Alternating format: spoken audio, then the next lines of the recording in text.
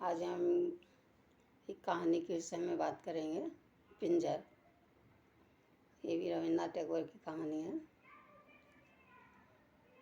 पिंजर में वो बताते हैं जैसे हम किसी पक्षी को कैद कर लेते हैं पिंजरे के अंदर और उसको अच्छा खाना देते हैं, यानी उसकी स्वतंत्रता तो चली जाती है। जैसे अभी हम तोते को ही रख लेते हैं, अपने पिंजरे के अंदर लाकर रखते हैं क्योंकि हमें वो पसंद है, इसलिए हम उसको पिंजरे में पैक कर लेते हैं और लाकर अपने घर में रख लेते हैं। उसको अच्छी चीज़ें जैसे भी वो जो खाता है, जो पसंद करता है, वो चीज़ें हम उसको देते हैं खाने के लिए। तो लेकिन फिर भी वो स्वतंत्र नहीं है। वो तो जैसे बगीचों में, आकाश में और फिर डालियों पर घूम घूम कर अच्छी तरह से फल खाकर खुश रहता है। तो इसी प्रकार से ये पिंजर में बताया है। जैसे कोई भी बच्चा है वो स्वतंत्र रहना चाहता है, ठीक है। ऐसी भी स्वतंत्रता नहीं चाहिए कि जिसमें अपने आप को खराब या कुछ गलत हो जाए। तो यहाँ पर पिंजरा बता रहा है कि विद्यार्थी है, वो उसकी पढ़ाई पूरी हो चुकी है, तो उसके पिता उसको डॉक्टर बनाना चाहते हैं। तो एक वैद्य को, जगत का बहुत माना प्रसिद्ध वैद्य है, उसको निमित्त करते हैं उसको पढ़ाने के लिए। वो आता है, जब उनको तो उसने कहा कि आप एक मनुष्य का पिंजरा खरीद कर लेकर के आइए, जिसमें हड्डियों का ढांचा होता है, वो उस करके लेकर के आए और ला करके उसको जो है उनके कक्ष में रख दिया, जहाँ वो पढ़ाई करते थे उसमें रखा गया। और वहाँ जब रख दिया तो कुछ गृहस्थी में जीवन के कारण कुछ आवश्यकता पड़ी होगी, जबकि वो विद्यार्थी वहाँ उस पिंजरे से जैसे डर रहा था और वहाँ वो रहना नहीं चाहता था। वो कभी ज़्यादा अंधेरा हो जाता तो रात के समय भी वहाँ जाना पसंद नहीं करता था, उसको देखकर उससे डर लगता था। लेकिन एक दूसरा विद्यार्थी था, वो उससे डरता नहीं था, वो स्वतंत्र रहता था। वो बोलता था ये तो किसी काम का थोड़ी है, उसके अंदर कुछ आवाज़ नहीं है, कुछ शक्ति नहीं है, वो तो क्षीण है, उसको तो हम खुद मार सकते हैं, वो हमको क्या मारेगा। तो इस तरह से उसके विचार ऐसे थे। अब ये जो पिंजरा है उसको पढ़ाने के लिए ला करके डॉक्टर साहब ने रखवाया है। तो वो वैद्य उनको पढ़ाने आते हैं। जब पढ़ाते हैं तो उसमें हर चीज़ बताते हैं, लकड़ी लेकर के संकेत करते हैं कि ये किसके लिए उपयोग होता है, ये किसके लिए होता है, ये इसके लिए उपयोग होता है। तो उसमें जब वो एक दिन ऐसा समय आता है कि उसको विद्यार्थी को उस कक्ष में जाकर के सोना पड़ता है। तो रात के समय जब वहाँ कर सोता है अपने बेड पर, और उसी में वो पिंजरा रखा हुआ है। अस्थियों का जो पिंजरा है वो उसमें लाकर रखा हुआ है, तो वो उससे डरता है। अब वो सोने लगा।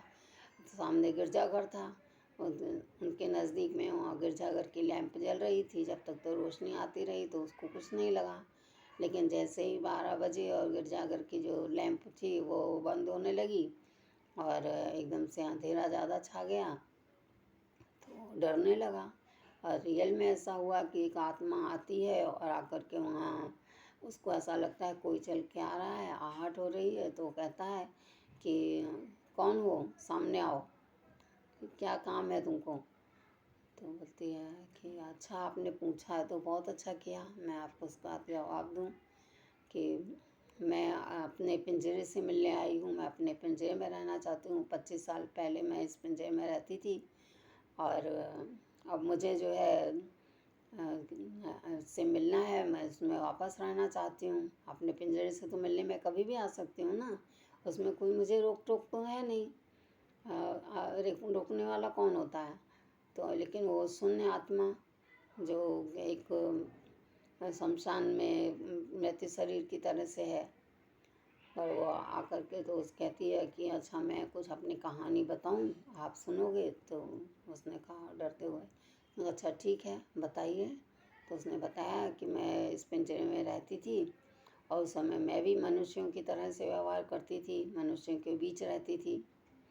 हाँ, तो कुछ समय के बाद में मेरे साथ बहुत गलत व्यवहार हुआ। और जो है मुझे शादी की गई, और शादी करने के बाद में मैं जैसे एक मछली को पान जल से निकाल कर कांटे की तरह से बाहर कर दिया जाता है, इस तरह से मुझे मेरा पति अपने मायके से लेकर बाहर चला आया, और मुझे कभी उनसे मिलने नहीं जाने देता था। तो ये तो बड़ी भारी समस्या थी कि वो किसी से मिल ही नहीं सकती थी। तो उसको अपने पति से इतना लगाव नहीं रहा, और उसने सोचा कि इससे तो ना रहे वही अच्छा है, किस फ़ायदे का ये, ऐसे विचार करके। तो वो 2 महीने के अंदर वह जाता रहा। जब पति की शांत हो गया तो खुश हुई, बोलने लगी कि जाने दो, चला गया, मेरे किस काम का था, मैं कम से कम अपने मायके तो जा सकूँगी, और अपने में बहन भाइयों से, अपनी सहेलियों से मिल सकूँगी। इस तरह के उसके विचार थे। तो जब वहाँ अपने मायके जाने लगी तो उस समय उसके ससुर आ गए। ससुर ने रोक लगाई और कहा डायन है। तो उस समय वो तो नहीं जा पाई, उस समय रुक गई। लेकिन जो वो चले गए तो यानी कितना तरासा जाता है कि देखिए उसको डायन शब्द भी कह दिया गया। इधर उसके पति जो है उसको मायके में मिलने नहीं देते थे, तो इस तरह से कुंठित हो जाता है व्यक्ति। तो ऐसा भी नहीं होना चाहिए, ऐसी भी रोक नहीं लगानी चाहिए। तो वो अपने मायके जा कर के वहाँ खुश रहने लगी, और खुश रहने के बाद में जब वहाँ काफ़ी टाइम तक रुकी तो उसको एक बगीचा था, वो बगीचे में जाती थी और वहाँ से आती थी, और दुल्हन की तरह से वापस उसने रहना शुरू कर दिया। उसका भाई भी था, माँ पिताजी सब पूरा परिवार था। तो एक सतीश नाम का डॉक्टर था जो वहाँ आता था, और उनके भाई का मित्र था, जो वो आया तो वहाँ आकर के बैठता था, और वो अपना शराब वगैरह भी पीते थे, दोनों मित्र थे तो उनकी दोस्ती थी। पर वो लड़की जो है वो तो अपनी सुंदरी थी, और वो सुंदरी तो आप समझते होंगे कि वो जब बगीचे में जा कर के आती तो उसको एक दिन उसने कहा, उसको बुखार आ गया। बुखार आया तो जो सतीश डॉक्टर है उसको बुलाया गया। उसने कहा कि मैं नब्ज देखना चाहता हूँ, और पहले तो एकदम स्तब्ध हो गया देखकर। तो उस लड़की ने जो है अपना हाथ दुसाले से बाहर निकाला और उसकी आगे तक रफ कर दिया। वो अपने दिल में सोचने लगी थोड़ा सा ज्वर होने से ऐसा तो नहीं होता कि डॉक्टर होकर के नब्ज देखेगा तो ही उसको पता लगेगा, वैसे पता नहीं लग सकता। तो उसने हाथ आगे किया, उसने नब्ज पकड़ी और वो एकदम स्थगित हो गया। तो यानी ये अंदरूनी बात हो गई आत्मा की जैसे। तो अब वो स्तब्ध होने की वजह से उसकी जो नाभि थी, नब्ज थी, फिर उसने छोड़ी और उसको दवाई दी। तो और उसके बाद वो खुद बीमार हो गया। जब खुद बीमार हो गया तो उसको कहा गया, जब बीमारी जब उसको भी बीमारी लग गई तो बीमारी लगने का मतलब है कि आदतों में खोट आ गया। और लेकिन वो तो सुंदरी है, तो उसने जब वो डॉक्टर के यहाँ कभी समय मिलता था जाती थी, नज़दीक में ही उन लोगों ने उसने जो है वहाँ पर दुकान खरीद ली थी उनके ही घर के नीचे। तो वहाँ जब समय मिलता था वहाँ पहुँच जाती थी, उससे कभी हंसी ठटोरी भी कर लेती थी। और जब वो उससे किसी दवाई के उसमें पूछती तो वो उसको अच्छी तरह बता भी देता, वो सुन लेती, समझ लेती थी। एक दिन एक जहर की पुड़ी थी, उसके विषय में उसने पूछा तो उसको भी उसने बता दिया कि बोले ये विष है और विषैली चीज़ें हैं, खाने से इंसान की मृत्यु हो जाती है। बोला अच्छा। तो एक दिन मालूम पड़ा कि वो शादी करने जा रहा है। वो कहाँ जा रहा है? बोले अपनी शादी के लिए जाने वाला है। तो आधी रात को बाइक मांगने आया, तो बाइक लेकर के ये कहाँ जा रहा है? बोले मिटने जा रहा है। मिटने जा रहा है, ऐसा कैसा है बात है। तो बोले नहीं सच्ची बताओ मुझे, वो कहाँ जा रहा है। तो बोले वो शादी करने जा रहा है, आज आधी रात को ज़्यादा गहरी रात को उसकी शादी होने वाली है, तो वो वहाँ जाएगा। तो आया और वो फिर दोनों मित्र जो हैं शराब लेकर के बैठ गए नशे के लिए।